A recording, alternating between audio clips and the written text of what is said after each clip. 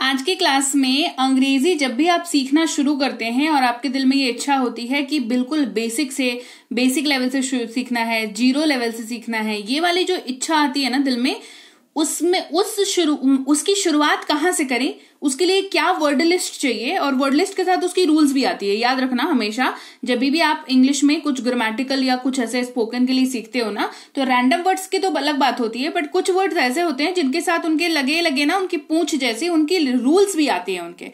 तो आज वही वाली क्लास होने वाली है जहां से 0 से आप जब शुरुआत करते हैं तो सबसे पहले आपको इन्हीं शब्दों का सामना होता है आपको, और इनसे संबंधित रूल्स का सामना होता है। ये सबसे पहले करके रख लिया, इंग्लिश आपका समझो आपने जो है मतलब लगभग 30% जर्नी आपकी हो गई कवर, है ना।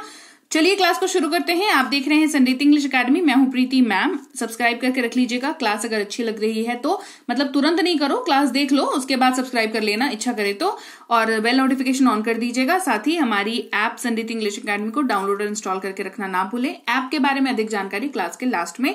फिलहाल क्लास को शुरू करते हैं। सबसे पहला शब्द जो मैं आपको अभी कराने वाली हूं वो आपको तब यूज करना है जब आप वाक्य के एंड में, मतलब वाक्य के एंड में बोलने का मतलब हिंदी वाला जो वाक्य बोल रहे हो उसके लास्ट में अगर है वर्ड का यूज कर रहे हो तो आपको इज वर्ड का यूज करना है। और इससे संबंधित जो रूल है वो समझ लो। क्या बोला, वर्ड लिस्ट दूंगी और वर्ड लिस्ट के संबंधित रूल भी दे दूंगी, ठीक है। तो कहां पर यूज कर लोगे, आप वाक्य के अंत में है वर्ड का यूज कर रहे हो और वाक्य की शुरुआत में या तो ही है, या तो शी है, या तो इट है, या तो नाम है, तो ही आप इस को यूज करोगे, ठीक है।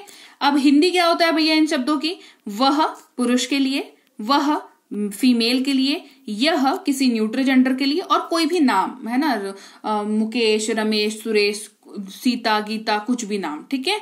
तो आप अगर ये सारी चीजें हैं तो शुरुआत में वाक्य के और लास्ट में है अगर आपको दिखता है तो आप इन्हीं शब्दों का इस्तेमाल करेंगे, आप इज का इस्तेमाल करेंगे, ठीक है। जैसे वह एक व्यापारी है, अब क्या चेकलिस्ट बताई थी, सबसे पहले बताया था कि वाक्य के लास्ट में है होना चाहिए, तो है दिख गया वाक्य के लास्ट में। शुरुआत में क्या दिखना चाहिए, वह, नहीं तो यह, नहीं तो कोई नाम, ये दिखना चाहिए ना, तो वह दिख गया शुरुआत में। तो वह एक व्यापारी है, तो यहां पर हम मान के चलते हैं पुरुष की बात कर रहे हैं, तो क्या करेंगे, ही दिख गया, तो ही लास्ट में है, इज अ बिजनेसमैन, क्लियर। महिला होती तो शी इज अ बिजनेसमैन, ठीक है। आगे बात समझ, ये शब्द और उससे संबंधित ये वाला पूरा रूल। अब वाक्य के अंत में अगर हूं है तो एम का यूज करेंगे, और एम से संबंधित सिर्फ एक रूल है कि एम वहीं पर यूज होगा जिस वाक्य में आई यूज हो रहा हो इंग्लिश में और मैं यूज हो रहा हो हिंदी में। जैसे मैं एक शिक्षक हूं तो मैं दिख गई आपको, तो I am a teacher, clear, I am a teacher, ये बहुत इजी है। आर की बात कर लेते हैं। अगर वाक्य के अंत में है वर्ड का यूज कर रहे हैं तो इंग्लिश में आर का यूज करेंगे। किस चीज को ध्यान में रखते हुए कि वाक्य की शुरुआत में हम या हम लोग यूज कर रहे हो, वे या वे लोग है, या फिर तुम, आप या तुम लोग हो। इंग्लिश में वी, दे, यू अगर यूज हो रहा है वाक्य में तो आर का यूज होगा। जैसे हम लोग पढ़ाई कर रहे हैं तो वी आर स्टडिंग, हम लोग हैं, क्लियर, आर हैं, वी आर स्टडिंग। शब्द से संबंधित रूल ये दोनों साथ साथ चलती है। हो सकता है शुरुआत में आपको मुश्किल दिखे पर ये मुश्किल है नहीं, है ना। इसको साथ साथ में लर्न कर लोगे, 30% जर्नी खत्म, सीख लिया 30%, है ना। इसके आगे जो सीखोगे ना वो अब फिर इस पे यही इन्हीं पे बेस्ड होगा। इसके आगे जो भी सीखोगे, कुछ भी सीख लो, कुछ भी सीख लो, ये बेसिक है। टेंस सीख लेना, डायरेक्ट इनडायरेक्ट सीख लेना, एक्टिव पैसिव सीख लेना, कुछ भी सीख लो, ये बेस है। ये बेस बना रहेगा, काम अपने आप चलता रहेगा, क्योंकि आप इसके आगे कुछ भी पढ़ोगे ना इनका ही इस्तेमाल आएगा आपको, ठीक है। चलो, वाक्य के अंत में था या थी, वॉज का इस्तेमाल होता है अंग्रेजी में। कब होगा, रूल क्या है, वाक्य की शुरुआत में मैं, वह, यह या कोई नाम हो तो, यानी कि आई, ही, शी, इट या कोई भी नाम हो तो। जैसे मैं एक व्यापारी था तो मैं था यूज हो गया, आई वॉज अ बिजनेसमैन। वह एक व्यापारी था, ही वॉज अ बिजनेसमैन। मैं एक व्यापारी था, आई वॉज अ बिजनेसमैन। वह एक व्यापारी था, he was a businessman. Ramesh एक व्यापारी था, Ramesh was a businessman. Clear? Same चल रहा है रूल, है ना। फिर थे, वर का यूज करते हैं। वर कब यूज होगा? वाक्य के अंत में थे है और शुरुआत में हम या हम लोग हैं, वे या वे लोग हैं, तुम लोग या आप लोग हो, है ना। तो वी, दे, यू, राइट। हम खेल रहे थे, वी वर प्लेइंग। थे हम, वी वर प्लेइंग। क्लियर? अब देखो, अगर वाक्य के एंड वाक्य में आप कहीं पर यूज कर रहे हो पास है, पास है, जैसे कहा कि मेरे पास एक बुक है, तो हैव का यूज करोगे। I have a book, I have a book. क्या ध्यान आपको रखना होगा कि यहां पर जब ये पास है, इसका मतलब है ये कि मेन वर्ब है ये, ठीक है। तो आई हैव अ बुक।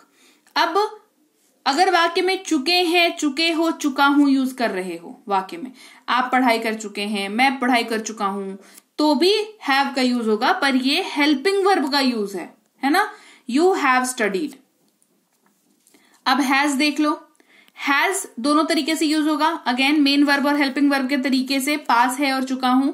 लेकिन रूल समझ लो अब, ठीक है। रूल क्या रहेगा? रूल तो सबसे पहले हैव का समझ लो, है ना। हैव का समझ लो। हैव जो है वो आई के साथ यूज होगा, वी के साथ यूज होगा, यू के साथ यूज होगा और दे के साथ यूज होगा, ठीक है। मतलब वाक्य में पास है और शुरुआत में आई, यू, वी या दे है कुछ, तो हैव का यूज करेंगे। इसमें भी वही चलेगा, आई, यू, वी, दे। अब बचा क्या हमारे पास? बचा हमारे पास ही, शी, इट और कोई भी नाम। तो यहां पर हम हैज का यूज करेंगे। देखो, चाहे मेन वर्ब हो, पास है रहेगा तो मेन वर्ब होगा, चुका है, चुकी है रहेगा तो हेल्पिंग वर्ब होगा, ठीक है। जैसे उसके पास एक कार है, ही हैज अ कार। वह पढ़ाई कर चुका है, ही हैज स्टडीड। क्लियर? आ गई बात समझ में? हैड की बात करते हैं, पास था, मेन वर्ब के तौर पर यूज होगा। चुका था, चुकी थी, चुके थे, हेल्पिंग वर्ब के तौर पर यूज होगा। रूल क्या होगा? हैड का रूल बहुत आसान है, हैड सबके साथ यूज होता है, ठीक है। तो ही, शी, इट, कोई भी नाम, आई, वी, दे, यू, इन सब के साथ हैड यूज कर सकते हो बिंदास, एकदम कोई दिक्कत नहीं है, ठीक है। उनके पास एक कार था, दे हैड अ कार, पास था, मेन वर्ब के तौर पर ये यूज हो रहा है। हेल्पिंग वर्ब में क्या रहेगा? चुका था, चुकी थी, चुके थे, वह पढ़ाई कर चुका था, ही हैड स्टडीड, ठीक है। फिर देखो डू, ये सवाल पूछने के लिए बहुत ज्यादा यूज होता है। क्या ता हूं अगर वाक्य में यूज कर रहे हो, क्या ते हो, क्या ते हैं, सवाल के तौर पर अगर यूज हो रहा है तो डू का यूज करना। डू किसके साथ यूज होगा? रूल समझ लो, मैं, हम लोग, वे लोग, तुम, आप, तुम लोग, यानी कि आई, वी, दे, यू, इनके साथ डू का यूज कर सकते हैं। क्या तुम खाते हो? Do you eat, do you eat, क्या तुम खाते हो? डू यू ईट, क्या तुम जाते हो? डू यू गो, ठीक है। वाक्य में क्या दिखा? ता हूं, ती है, ते हो, ते हैं, ये यूज हो रहा है और ये वाला रूल चलेगा। तो शब्द के साथ उसका रूल अटैच्ड है, ठीक है।